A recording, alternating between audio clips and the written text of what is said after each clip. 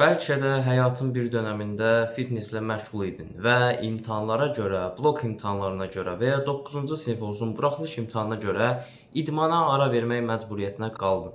Və uzun müddət sonra yenidən idmana qayıtdın və bu zaman sənə elə bir şeylər deyəcəm ki, bu səhvləri etməyin həqiqətən də sənin 1-2 həftənə bərabər olacaq. Yəni əgər yenidən idmana qayıdacaqsansa, yenidən idman etməyə başlayacaqsansa, bunları bilməyin məncə də vacib olar və mənim kimi bu mövzularda da problem yaşamazsan. Mən Mehrac, kanalıma xoş gəldin.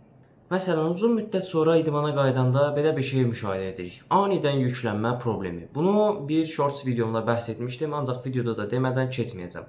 Məsələn, uzun müddət sonra idman zalına qayıdırsan və necə deyim, artıq əvvəllər 20 kilo ilə, 25 kilo ilə curl atırdınsa, artıq qaydanda 5 kilo yerinə ego edirsən, deyirsən ki, 20-25-ə atacağam. 20-25 ilə atırsan, heç bir problem olmur. Hətta deyirsən ki, tamam, ilk gündən deyirsən toparlandım.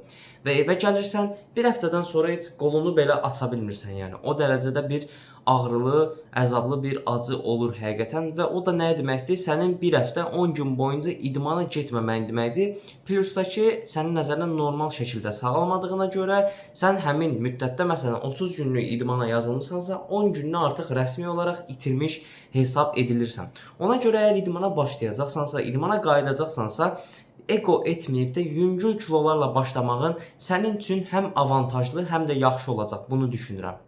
Və bəzilərimiz özünü pis edir. Uzun müddət idmana ara verdim. Meyrac mənim əzələ kütləm itdimi və ya itdi kimi hiss edirəm.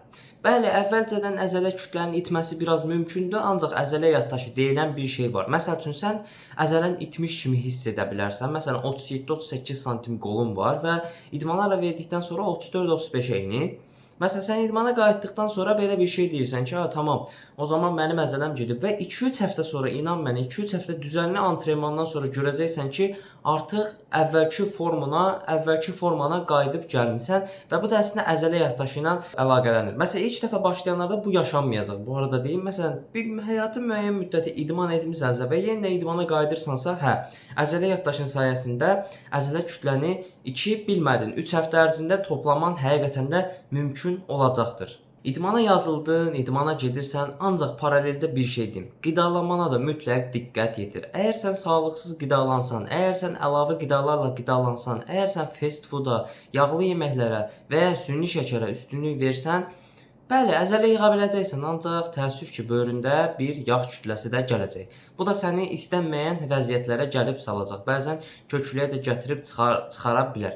Əgər atletik fit bir bədən istəyirsənsə, həqiqətən də necə deyim, paraleldə qidalanmanı da saxlamaq istəyirsən. Qidalanmanı da düzəltməlisən. Ancaq deyirsən ki, mən balkdayam və ya çox arıqsansa, əlbəttə, yəni yeməyin düzgün olardı. Yenə dediyim kimi, mümkün qədər sağlıqsız qidalardan qaçmağa çalış. İlk həftə üçün ideal məşq günləri həftədə 4 dəfə və ya həftədə 3 dəfə olaraq mən özüm üçün təyin etmişdim. Həftədə 3 və ya 4 dəfə məşq edirsən, aralıqlarla edirsən, bir gündə 2 və ya 3 əzələ qrupu da işləyə bilərsən. Bu da şəxsiyə qalmış bir seçimdir. İdeal məşq müddəti isə əgər kardio edəcəksənsə 1 saat yarım, kardio etməyəcəksənsə də 55 dəqiqə 1 saat sənə kifayət edəcəkdir. Və növbəti həftələrdə isə bunu 5-6 günə çıxara bilərsən. 7 gün niyə tövsiyə etmirəm? Həftədə bir gün off vermək daha yaxşıdır ki, bədənin tez toparlana bilsin. Həftənin 5 günü ayrı-ayrı əzələ qruplarına çalışıb 6-cı gündə full body edə bilərsən. Yəni bu da əslində sənə böyük bir qazanc gətirəcəkdir. Amma ilk həftədən özünə güvənib, ay mən hər gün gedəcəm, ay mən mütləq çalışacağam deyib də bədənini zədələməyin heç bir mənası yoxdur. Əzələ qazanmaq zaman tələb edən bir şeydir, əzələ qazanmaq zəhmət tələb edən bir şeydir və əzələ qazanmaq və fitnesi məşğul olmaq bir həyatın boyu edəcəyim bir şeydir. Bu 3 aylıq, 5 aylıq olunacaq bir şey deyil. Mən 1 ildən çoxdur gedirəm və hələ də idmana buraxmaq kimi bir niyyətim yoxdur və sənə də tövsiyəm odur ki, əgər həyatına idman vərdişini əlavə edəcəksənsə ki, bu üzgüçülük olar, futbol olar, boks olar, karate olar və ya fitness olar, trenajör olar bizim dildə desək, bunu həyatın boyu edə biləcəyin bir idman tərzinə çevirməlisən. Yəni həyat tərzinin bir parçasına çevrilməyin daha yaxşı və daha məqsədə uyğun olardı deyə düşünürəm. Yenə ideal məşq müddəti haqqında da danışdıq. Əgər kardio etməyəcəksənsə 55 dəqiqə 1 saat sənə bəs edəcəkdir. Əgər kardio edəcəksənsə də 55 dəqiqə 1 saat 30 dəqiqə arası sənə bəs edəcəkdir. Hətta əgər kardionu uzun etmək istəyirsənsə, artıq çəkilirsənsə və çəki vermək istəyirsənsə, məşq müddətini 2 saata qədər də uzada bilərsən. Bugünkü videomuzda bu qədər danışdıq. İdman haqqında danışdıq. İdmana qayıdan zaman nələrə diqqət yetirmək lazımdır? Necə edək ki, biz o eqonun tələsinə düşməyək? Bugün bu videoda bu mövzu haqqında danışdıq. Əminəm ki, faydalı oldu. Əminəm ki, müəyyən qədər bir şeylər qata bildim. Kanalıma abunə olub videonu bəyənərək mənə dəstək ola bilərsən. İzlədiyin üçün təşəkkürlər. Sağ ol. Salamat qal. Özünə yaxşı bax.